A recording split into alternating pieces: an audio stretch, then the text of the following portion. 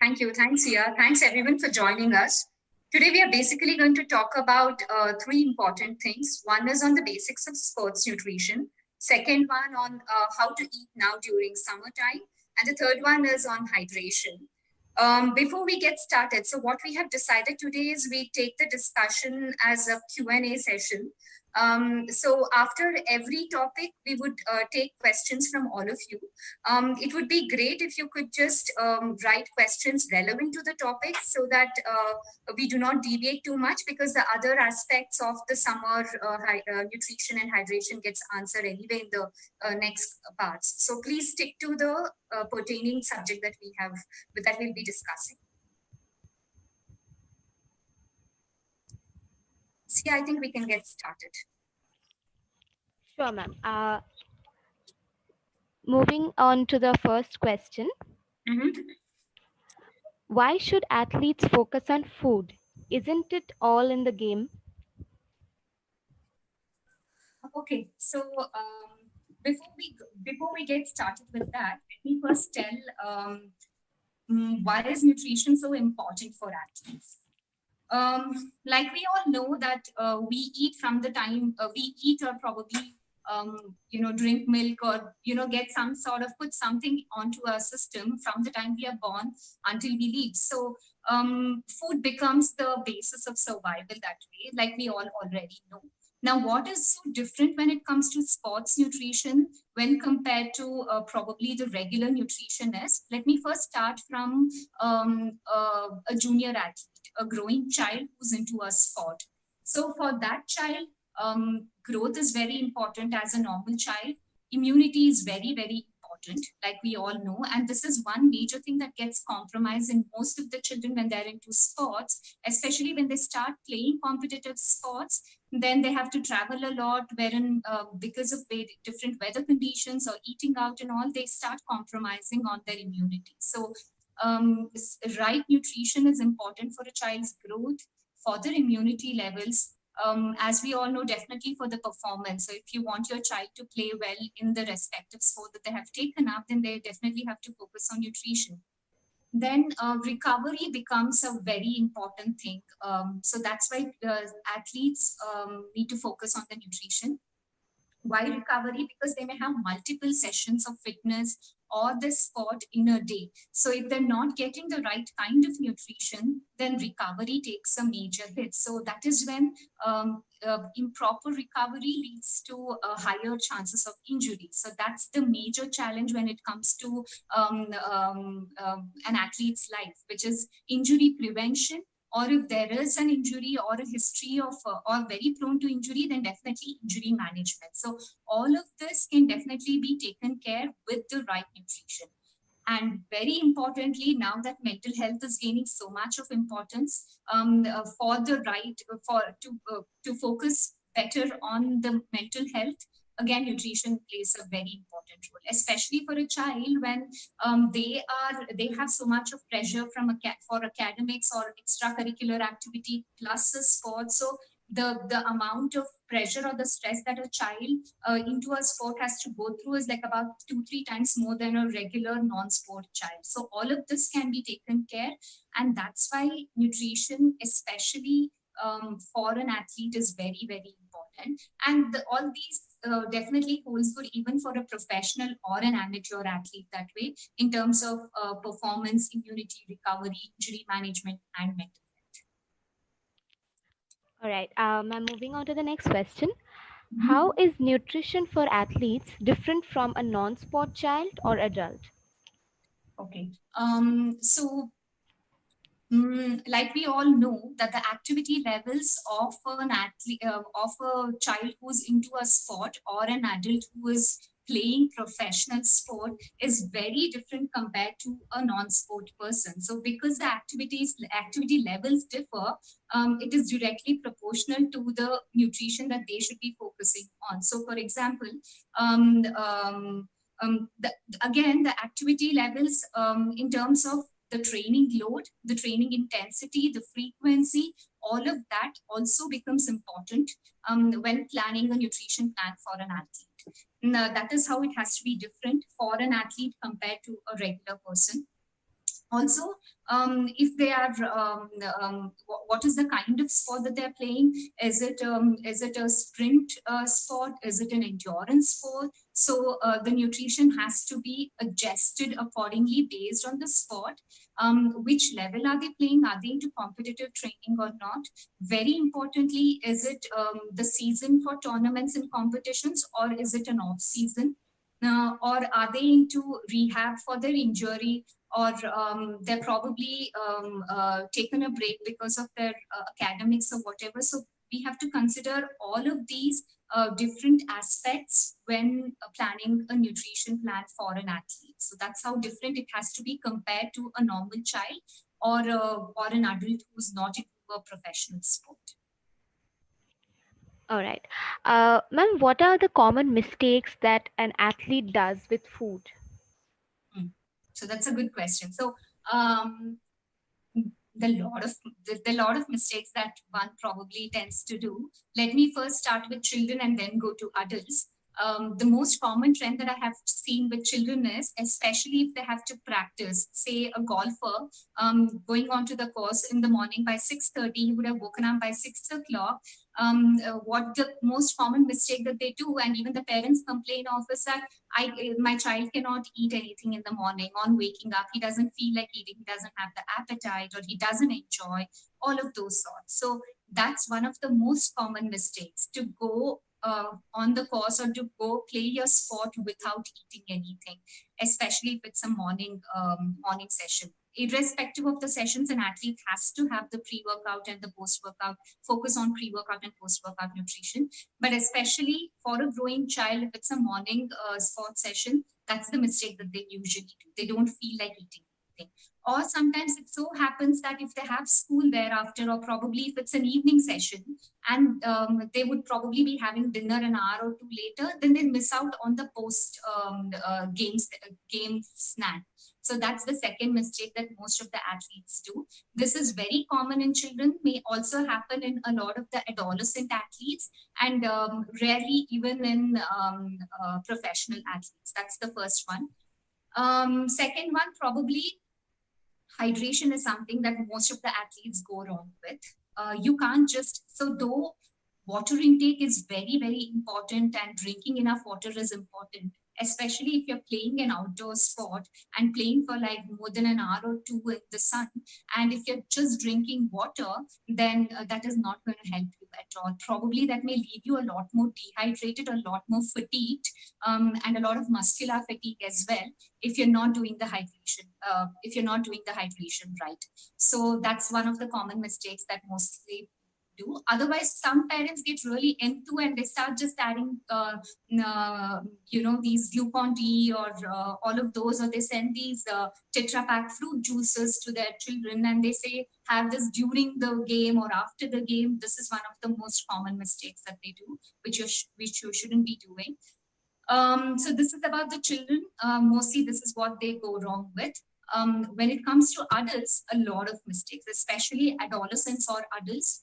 If they have to attain a particular body fat percentage because of because the sport demands it, then the first thing they do is just go on a crash diet or follow a diet which is the latest in trend that way. So that's the biggest mistake. So you cannot follow a trendy diet, or you cannot fast, or you cannot do a lot of skipping meals and things like that. So that's the biggest mistake. So if you're doing that, even if you have to lose fat percentage, that's the biggest mistake you're doing. Remember, if your nutritional status is not met based on your sport requirement, then the chances of injuries really go up, and then you just miss out on the efficient years of your sporting career, and probably also may not be playing very efficiently to your best ability. So that's the mistake. Otherwise, the ones who are on the leaner side, the coach has told them put on some muscle mass. So that's when these athletes just start eating anything and everything. So they just load themselves with a lot of biscuits, or these sugary beverages, milkshakes, or just basically eat anything and everything without a plan in place. That's one of the common mistakes that they do. A lot of professional athletes tend to socialize a lot often, which means, they just think, okay, let me just go out and have a drink or have a carbonated beverage over the weekend or once, twice a month and things like that. Remember, guys, your body needs a lot of hydration. It needs the right amount of sugar. Alcohol or a carbonated beverage has a lot of carbon dioxide or probably has a lot of sugar. Both are necessary for your body. And these are called empty calories. So it does no good to your body. So that's one of the common mistakes that I have seen. Other than that, like I said, even the professional athletes or an amateur athlete may end up skipping the pre or the post workout nutrition, which is a big mistake. Otherwise, again, eating the same kind of food. Like if you ask an athlete how differently do you eat during the season or during off season, there's no much of a difference. When you are changing your training load based on when playing a tournament to versus an off season, then you also have to eat differently. You have to eat accordingly. You have to eat differently when you travel and are playing a tournament or a competition versus when you're home and just probably playing tournaments in the same city as you live. So all of these have to be taken care of. These are really complex. They sound simple, but these have to be carefully planned so that the performance does not take a hit. So these are some of the common mistakes that an athlete does. All right. I'm moving on to the next question. Sorry, Sia, just one more thing. I think I also want to touch upon sleep there. Because this is the most underrated factor for someone to become a world-class athlete. I make sure that I keep emphasizing on sleep, about sleep and the importance of it in terms of the muscle building, the process of repair, all of these, and especially growth in children. And for me, what is important is the assimilation and the absorption of nutrients. All of these will be done to the best level when an athlete sleeps. So at least 10 hours, 9 to 10 hours of sleep or more. If you get about 12 hours, nothing like it. So just focus on sleep. Not paying importance to sleep is one of the biggest and very common mistake that an athlete does. All right. I'm moving on to the next question. Is it mandatory to have nutritional supplements when playing a sport? How safe are they? Okay. So this is one of the most commonly asked question, or the most common doubt that any parent would have. And a lot of these amateur athletes also have, especially when they're probably training to become a pro athlete. Then when the coach or somebody else tells them to probably get started on a nutritional supplement, everyone has the same doubt. Is it necessary and is it safe? So to begin with, what are nutritional supplements? Nutritional supplements are basically over and above what you eat. Guys, remember, they are not food. Like if you're hungry, you can't just go, use a powder and probably fill up your stomach. Or you can't use a multivitamin as a quick fix to not eating vegetables and fruits. So that doesn't work that way. So you have to eat the right kind of food, eat a balanced meal, eat according to your sport, your requirement, training load, etc., etc. And then over and above this is where you may have to use nutritional supplements to basically bridge the gap. Now, what is the gap? Your body requires certain amount of nutrients, and you're giving certain amount of nutrients, and there's a gap there. So that is where you would probably have to bring in a supplement. So the wider the gap, you bring in supplements. Narrower the gap, you don't really have to. It's not mandatory for sure.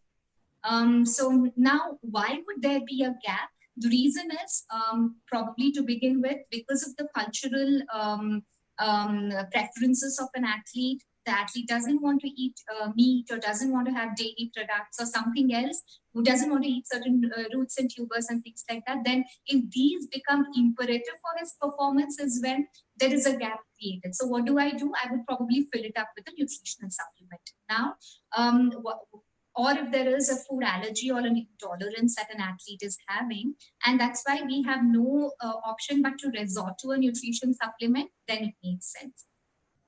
Let me specify, I'm talking about allergies and intolerances. I'm not talking about dislikes. What does that mean? If, for example, I ask you to probably, if you are a person who eats fish or have grown up eating fish, or there is fish made at home, for example, I would want to use that for the omega-3 source for muscle building, for cognition, or whatever it is. Then if you tell me that, you know what, I don't like fish, then I would not consider it. Because as an athlete, you cannot have so many preferences. You're not eating because,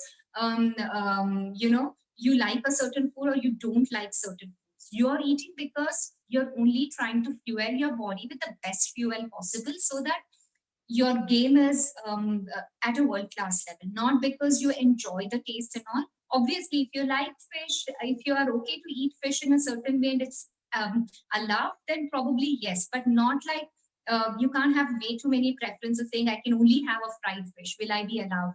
So those are some things that you should not really get into, or even your nutritionist shouldn't really entertain such things, to be very honest.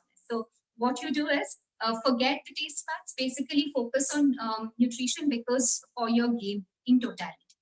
Then the third reason why you would probably have to have a nutritional supplement is because you're traveling a lot, and this is just easy. What do I mean by that? If I ask you to eat, say, vegetables or certain fruits, or probably any fruit for that matter, and you have traveled and there is no availability of a certain fruit or a vegetable because of the season or the place or whatever, then it's okay. So that is when I would probably use a supplement to bridge the gap. So that is where supplement becomes very convenient that way. So that's one of the reasons why an athlete may have to resort to a supplement.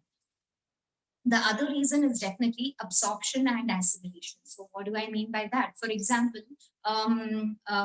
we all know that non-vegetarian sources are good in vitamin B12. Yet, more than 70% of the people who come to me, sport and non-sport, non-vegetarians, are deficient on vitamin B12. That's because all that you eat may not really get assimilated or absorbed in your body for various reasons, the cofactors of various reasons.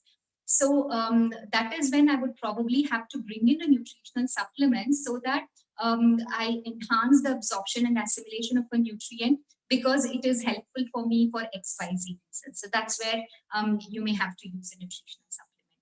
Next, if, for example, I'm working with an athlete who has a higher fat percentage, and I'm probably monitoring the amount of calories that I'm recommending to the athlete, and he's training really hard, and he has to have say, for example, a post-workout snack so that he recovers well, because recovery is an issue there. Then what I would do is probably, for example, guys, these are generic recommendations. Okay, please do not go by the literal sense of it. I would probably have to give a whey protein supplement. There I would give a whey protein supplement because I do not want the calorie load to go up. Yet I want the athlete to recover, for the muscle building to happen, for the fat loss to happen, and etc. etc.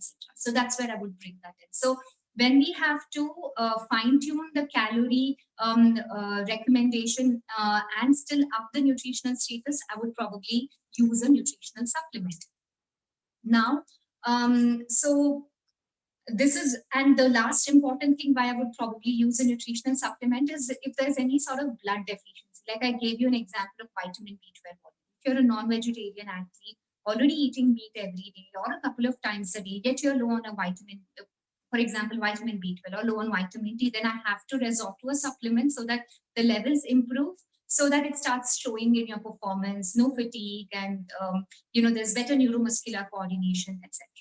So these are the reasons why I would use a supplement, and this is why anybody should actually you have to think of all these reasons before deciding whether you would want to take a nutritional supplement or not. Now, coming to the safety bit. Not all nutritional supplements are safe for sure. So the World Anti-Doping Agency, WADA, releases its list of safe supplements every 6 months once. So you could probably look up if you're a professional athlete so that you stay safe and you start taking only those supplements which are recommended in the list. Otherwise, a lot of these supplement manufacturers also have this called informed choice. So if they fall under the informed choice list, then they're safe to have. So when you're choosing a supplement, look for as less ingredients as possible. if you can avoid supplements with a lot of herbal stuff, that would be great, because we may not have enough of scientific papers to support the acceptable dosage of these herbs, which if gone overboard can probably be termed unsafe. So the best thing you could do is go to a professional sports nutritionist and sit down and figure out what kind of supplements you can take and which are the ones safe for you based on your age, the level at which you're playing, and the requirement. Otherwise, focus on where you get your supplements from. The source is important, and the vendors are important, because that's where a lot of things can go wrong. So take care of all of these when you're buying supplements. All right. Ma'am, there's no question from this area now. So Okay. shall we move to some questions from the audience? Definitely. All right. Ma'am, how can an athlete increase his immunity and metabolism? Okay. Immunity, I have already done a post on this, a detailed post in one of my videos on my YouTube channel. I would share the link. Probably we could send it to the person, or if you could pull it out right away and share it over here, that would be great. Otherwise, just to quickly brief you on the foods to boost immunity, hydration is very important. We have already discussed this in our previous live session as well. A protein-rich meal, breakfast, lunch, and dinner is important. In breakfast, egg, milk, cheese, paneer. Lunch, any of the legumes, dals, or if you're a non-vegetarian, do that. Same with dinner. Bring in probiotics. These are good positive bacteria that you can find in curd or probably the fermented foods, or you can even pick up a simple probiotic from a local pharmacy. All of these help. Sleep is very important. Exercising is important. And just some, a quick DIY at home. Probably brew a tea with ginger, turmeric, pepper, honey, and probably some basil. Boil it well and make it into a tea, and probably sip it warm morning and night. Those are some quick strategies to improve immunity. Improve metabolism. Again, I've done one more video on that. You could probably look up for that, because these are really long topics. And since we have many things to discuss, I just want to quickly brush it off. Metabolism gets improved if you work out. So focus on strength training, focus on getting 8 to 10 hours of sleep, focus on eating every 3-4 hours. It need not be very big meal. It could be small meals, but what goes into the meal is what is very, very important. And hydration. These are some simple steps to improve your metabolism. All right. A question from a parent. How important is it to engage a nutritionist for a golfer who is aspiring to become a golfer and professional golfer? And what is the desirable age to engage a professional nutritionist for such a player? Okay. If you have engaged your son or daughter with a coach, then and he or she is playing golf for about an hour or two a day or 4 hours a day, but eating 7-8 times in a day, then how can you not give nutrition any importance when compared to the sport or a fitness trainer and all of that? So I would say please bring in a sports nutritionist, so that the duration of the engagement can be dependent on what the child's requirement is, etc., and how well aware are you of the basics of nutrition science, all of that. But it is important because you know, each person's requirement is different. Obviously, we all know that it has to be tailor-made. So the sports nutritionist should be able to tell you how the child has to be eating based on his workouts, what kind of workouts he's doing, based on his sports. So if he's going on the course, or probably he's just at the driving range, or just probably putting or something, his requirement is going to be very, very different. His hydration will be very different. So if you are not sure of all of these, then please engage your child with a sports nutritionist, so you get an idea of how to eat at all these, at these different times of the day. Was there any other part for the question? Did I answer the entire question?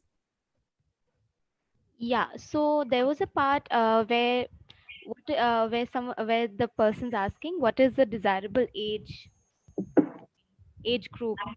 As soon as you start the child with a sport, and if he or she shows some inclination towards that sport, the reason is I'm sure it's easier for me to probably change the perspective of your child when it comes to nutrition, better than probably me convincing you to change your food habits. So the earlier we start, better it is, because they're still very flexible. And when it comes from an expert, the compliance is way better. It's very, very good. So that's why you want to do all of that. Also, because like I had told in my first question on on growth, immunity, and the muscle performance and all of that. So you do not want to compromise on all of these and then get started, which will not make any sense. So probably engage in the beginning when you have just started off, so that and then probably you carry on your own, and then whenever need be, you bring the nutritionist back into the picture as per your requirement.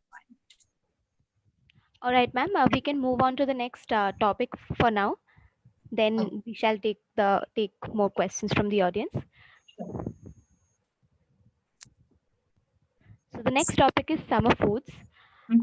Why should we eat according to seasons? Okay, so the reason why we need to be eating according to the season is because it is basically weather dependent. The pattern is dependent on the weather. For example, in summer, like we all know, that you sweat a lot, you get tired very easily. So you need to eat foods which will probably keep you hydrated through the day, keep you light through the day. So that should be the concept of eating when in summer. Whereas in winter, you feel cold very easily, you may fall sick very easily. So you need to eat foods which will probably help you maintain your body temperature, probably take care of the fat percentage so that it gives you that required insulation, and probably also protects you from falling sick very often. So in monsoon, again, it has to be more on immunity and managing how to, slowly transitioning the body from one weather to another. So you have to eat according to the season. And now, coming to the crux of it, we all eat foods because we like a certain flavor of the food or the taste of the food. So when you eat seasonal foods, for example, now if mangoes are in season, if I eat mangoes now because I like them, then I will get the best flavored mangoes, the mangoes with best taste. So that is the thing with eating seasonal fruit. They're very high in flavor. They're very rich in taste. They are very less. They retain maximum amount of nutrients. Now that's my area of interest because they need not have to be stored for too long. For example, if you pick up mangoes in September or October from a supermarket, you may still find them in a couple of places, but you would see that the taste is very different. And there's no fun of eating it because it wouldn't have retained all the nutrients that it is supposed to retain because of storing it from, say, a May to an August or a September. Then it makes no sense. So if you want to you eat a fruit and retain maximum of its nutrients, then you have to eat them when they're available in a season. Then they're very cheap. So because of just the abundance at which they're grown, and then they're also in sync with your body's natural needs. Now, what does that mean? Like now, melons are in season. Why do you have to eat melons now? Because your body is getting dehydrated so much that eating a melon would give you back all the hydration that's required for the body. So the nature also presents you with the foods which will actually is what is your body's requirement as well. So you are well in sync with your body and season. So if you're eating the seasonal food. All right. Ma'am, moving on to the next question.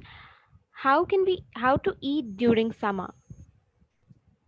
How to eat during summer, like I Yes. already said, it's about all in terms of managing the body. What are the other common concerns that we have during summer other than profusely sweating is probably you just want to feel light. Otherwise, because of the sweat, you already start feeling a little tired, and eating the wrong kind of food or very heavy food would make you further lethargic or probably irritable. So you need to eat foods which are very light now in summer. Before I move on, let me just quickly brush the audience on. We all know vitamins. There are two types of vitamins. They are water soluble and fat soluble. Water soluble obviously means that they get best absorbed in a water medium, and these are nothing but the vitamin B complex. We say complex because there is B1, B2, B3, B5, B6, etc. So vitamin B complex and vitamin C are the two water soluble vitamins. So in summer, irrespective of what you eat, you tend to probably urinate a lot more because of this heat. Then your levels of vitamin B complex and the C levels go down. So that is what would probably slow down your metabolism, would probably make you lethargic. If somebody is planning for weight management, then that can actually make you gain a little more weight because of the vitamin B12 deficiency. So all of this would be taken care of if you eat what is in season, available in season, so that you do not end up with these water-soluble vitamin deficiencies. Then the most common concern that majority of us also have is bad skin and hair, probably because of sweating and all of that. These seasonal foods will actually help maintain your skin and hair health very well. And hydrate it a lot so that the skin clears up and all of that. And one of the major concerns that most of us would probably have during summer is disturbed sleep. Disturbed sleep because it's either because it's very hot, or probably the days are longer and the nights are shorter, or probably because you've eaten the wrong kind of food and it's not just letting you sleep very well. So eating the right kind of food in summer would help you sleep better. So you need to focus on your nutrition when it comes to summer for metabolism, for good energy levels, feeling right through the day, for good sleep, for good skin and hair health, and just probably to boost your immunity as well. All right, ma'am. What kind of food to eat during summer? Okay. Pick up everything that's locally available in this season, in terms of the fruits and vegetables. Now, how do you know what is in season? Just go to a local vendor. You would know what is in season. Probably melons. I'm talking about in Bangalore. So now melons are in season, grapes, and then mangoes are just starting. And then we also have a lot of chiku now in this season. And then jackfruit is also seasonal actually. So when it comes to vegetables, a lot of greens, drumstick and carrots, pumpkin, all of these are in season. So pick up whatever is in season in terms of the fruits and vegetables, eat them. So like I already told, what are the benefits of eating them? You already know. And then you may have to keep a check on your alcohol intake if you have it on a regular basis, because like I said, alcohol is dehydrating in nature, and then you do not want to wake up the next day feeling groggy, dehydrated, or craving with a lot of craving for a lot of sugar. So keep a check on your alcohol intake now in summer.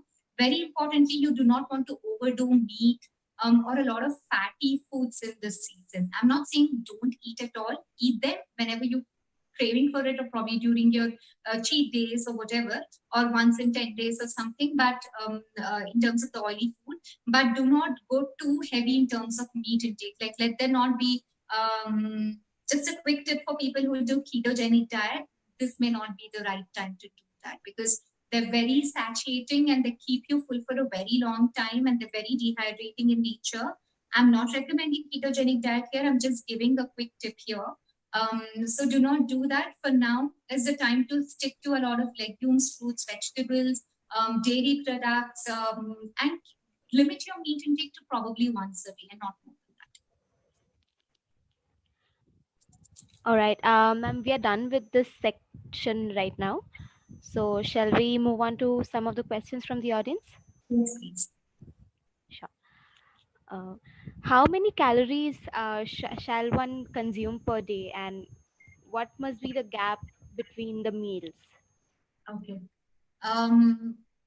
Before understanding how many calories you should be eating, I would say forget the term calories, because that's definitely not what you should be focusing on. The reason, example, consider that I would tell you to eat a 1500 calorie diet. Now, what gives you those 1500 calories is what is important. You could probably fill your stomach with a tub of ice cream and a lot of probably some fried chicken and a lot of chocolates and get 1500 calories.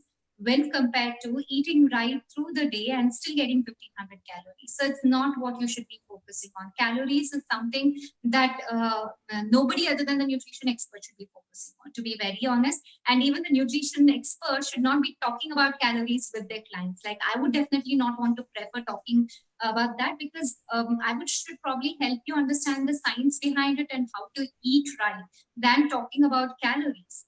That's the first thing. And then everybody's requirement varies. Like I just told you, if you're in the lockdown and not doing a lot of workouts, if you're not working, like say, I mean, working from home, or if you're doing a lot of housework, or probably you're doing a lot of reading, or you're sleeping a lot, then your calorie requirement changes. So your calorie requirement changes with every thing that you do with your life. You're reading a lot, you're working out, you're going out, you're eating out, or you're staying up late in the night. So your calorie requirements change. So do not go with the term calories at all. Now, how often should you be eating? Do not do any extremes. What does that mean? Do not fast for a long time and then overeat in the next meal. Nor keep eating every hour or every 30 minutes once. Eat based on what your body signals tell you. For example, you have had a breakfast around 8:39, and then you feel, you may not feel really hungry, but you feel like having something by around 11:30, 12. Probably go and have like a tender coconut water or a glass of fresh lime water or something, and have an early lunch by 12:31. So you got to decide when you want to eat. So do not go by any thumb rule unless and until an expert is recommending when and how much you should. All right. I'm taking the next question. Since a lot of golf tournaments in India are played in hot and humid conditions, so can you advise some principles that a teenage golfer should follow on the tournament days about what to eat and what not? Yes. So ensure you bring in, we will definitely do another session for the athletes exclusively in terms of how to eat before, during, and after a tournament or the sport. But just to quickly brief you on that, please ensure hyperhydration. This is my like the magic pill that I use. Hyperhydration is basically hydrating more than what you generally hydrate, because your muscles need to be in like plus when it comes to, in excess when it comes to water intake, because you may forget to drink water, or you may not drink enough water when you're on the course for various reasons. So irrespective of your hydration on the course, ensure you hyperhydrate to starting from 2 hours before you tee off until 30 minutes before starting the game. So for about 1.5 to 2 hours, keep drinking a lot of water. Secondly, ensure you eat something. So at least 2 hours before you tee off, bring in breakfast. Now, something simple, light, easy. Could be bread and egg, or some porridge, fruit and milk, or idli, sambar, egg, something like this. Something simple. And then very importantly for a golfer is to snack when you're on the course, because a game of golf of 18 holes would last for about 4 to 5 hours, and you're walking close to 9 to 10 kilometers. Then you can't not eat for those many hours and then end up making mistakes by the 15th hole, which makes no sense absolutely. Either you end up making mistakes with your game, or you end up losing pool. This is one of the most common complaints that I've heard from my golfer clients. So all of these is just not worth it. So have something every 3 to 4 holes. Once you could probably snack on some dry fruits and nuts. Keep sipping water after every hole. And at the ninth hole, you could do a slightly heavier snack like bread and cheese, or say, bread and paneer, or some banana and some nut butter or something, or like a glass of lassi, so that you're fueled enough to last for another 9 holes, but you've not eaten so much that it affects your metabolism and your energy levels. And importantly, after you finish the game, please eat post game snack. All right. I'm taking the next question. Ma'am, is chocolate advisable for sports persons, and how much, if it is? So chocolate is, like you would all already know, chocolate is not something that I would definitely recommend to my athletes. for the sheer reason that it has too much of sugar and it's unnecessary. Now, instead of saying don't have chocolates at all and you guys are ending up eating chocolates, let me just tell you some smart ways to manage it. If you feel like eating chocolate, don't eat it before or during a tournament. The best time to have it is after the tournament, or after your fitness. Guys, I'm not recommending it. I'm just giving you smart ways to manage it. Secondly, if you want to eat chocolates, dark, if you call it dark chocolates and healthy and things like that, then you could probably have to do anything above 70% cocoa. So those are called dark chocolates. Those are some things which you could probably do once or twice a week. Third, if you like the flavor of chocolate, and that's why you want to eat them, then what you could simply do is pick up those plain cocoa powder, which is used for baking and things like that, which is just cocoa, the cocoa bean made into a powder, the defactored and things like that. Mix it with your milk and make it like a nice, either like a hot chocolate or like a cold chocolate milkshake, and you could have them after your workout for recovery. That's a great snack. All right, ma'am. Our next topic is hydration, so we can move to that. Yes, please. Why is water so essential, or is it just a tactic to keep hunger in check and avoid binging? So water, water actually, it so happens, for example, with a lot of people who are trying to lose weight and are also not very good with the hydration, then it so happens a lot of times that they tend to confuse hunger with they tend to confuse thirst with hunger, and instead of drinking water they may end up eating and leading to a lot of binging, which is not required. So that's why your health expert would keep saying drink water, drink water.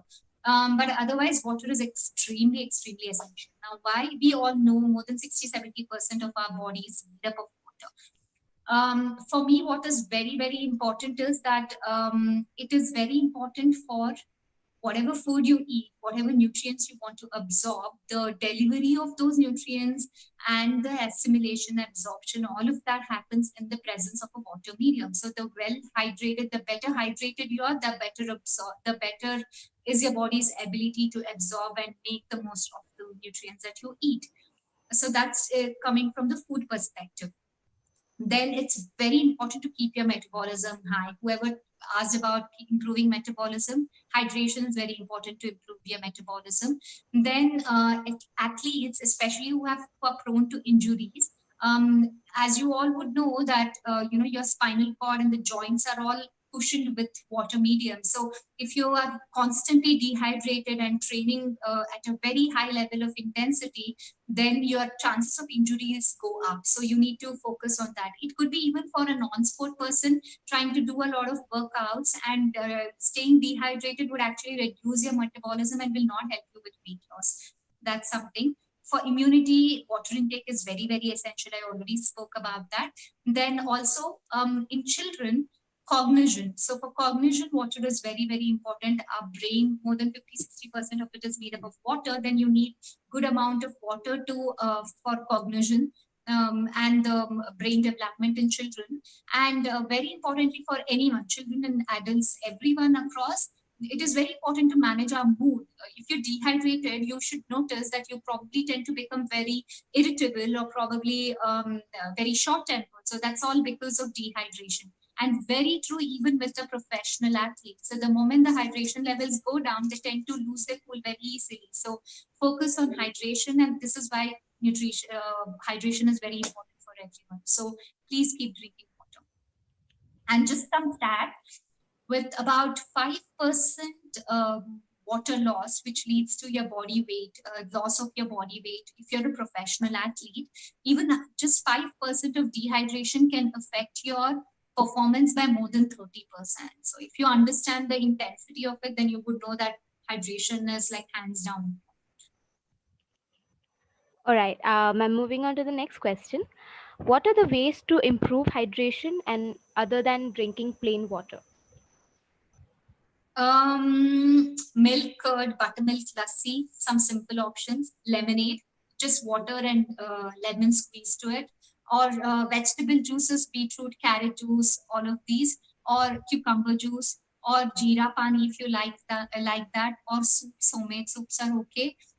Just eating seasonal fruits and vegetables. So your hydration need not only come from the beverages and the liquids that you drink, but also from a well balanced diet that will also give you good hydration. So you need to focus on getting the right amount of fruits and vegetables as well.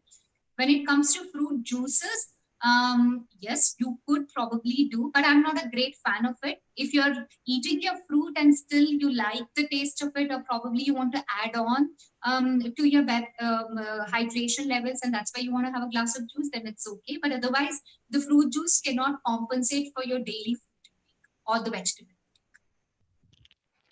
All right, ma'am, we are done with the questions. Now, can we move on to the audience questions? Some of the audience have asked Yes.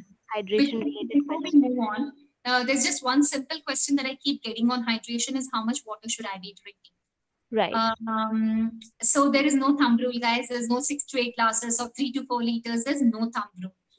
It depends on your activity, the temperature, the climatic conditions where you're residing, the kind of food that you have eaten, the amount of sleep you have got, and multiple factors. So just ensure that your urine color is transparent, like the pale yellow to transparent at all times. That means you're well hydrated.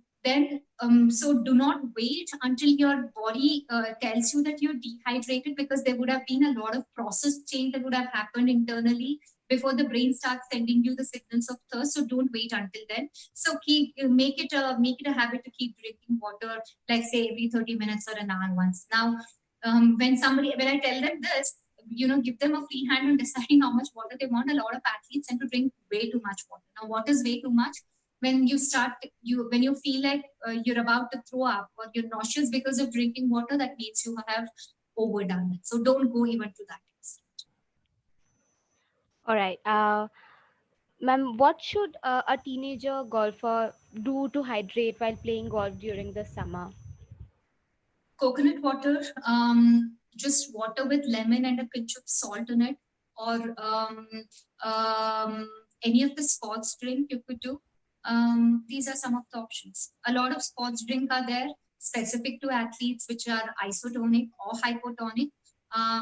So these are some of the things that you could do. Ma'am, there's one question related to this. Do you recommend Gatorade in the golf course? I'm not a big fan of it. If you do not have anything else, then go for it. Otherwise, so look for what is the sugar concentration in your Gatorade. If it is about 6% of sugar solution, that's something that you could safely do for your workouts. Then you can go ahead and have that. All right. Ma'am, what is the desirable frequency of drinking water? Like, when should we drink water? After meal, or I mean, whenever after round, and what else? Yeah, so probably when you're working out, it's very important to drink water. I think this is a very common myth that a lot of elders think that you should not drink water when you're in the sun or just after you finish your workout and things like that. There's nothing like that, please. You do not want to end up with a lot of cramps and injuries. So please hydrate when you're playing a sport or immediately after. There's no problem with it. Drink water as soon as you wake up in the morning or after every time you have had a nap, because that would have left you dehydrated. And then keep drinking water like every hour or something. Don't drink water just before your food or immediately after your food. Give it a gap of about 20 to 30 minutes. You could sip water when you're eating to avoid gagging or choking, but other than that, like gulping down a glass or a bottle of water should be done like 30 to 40 minutes before or after. All right. Ma'am, we don't have any more questions from the audience related to the discussion. So Okay. you can conclude. And Okay, I hope the session was useful. If you guys are looking for any specific topic related to nutrition, sports nutrition, child or weight management, any of that, please drop in the comment section so that we could include that in our next segment whenever we do it. And then thank you everyone for joining in and taking your time out to listen to the session. I hope it was beneficial, and please do implement it. If you liked it, kindly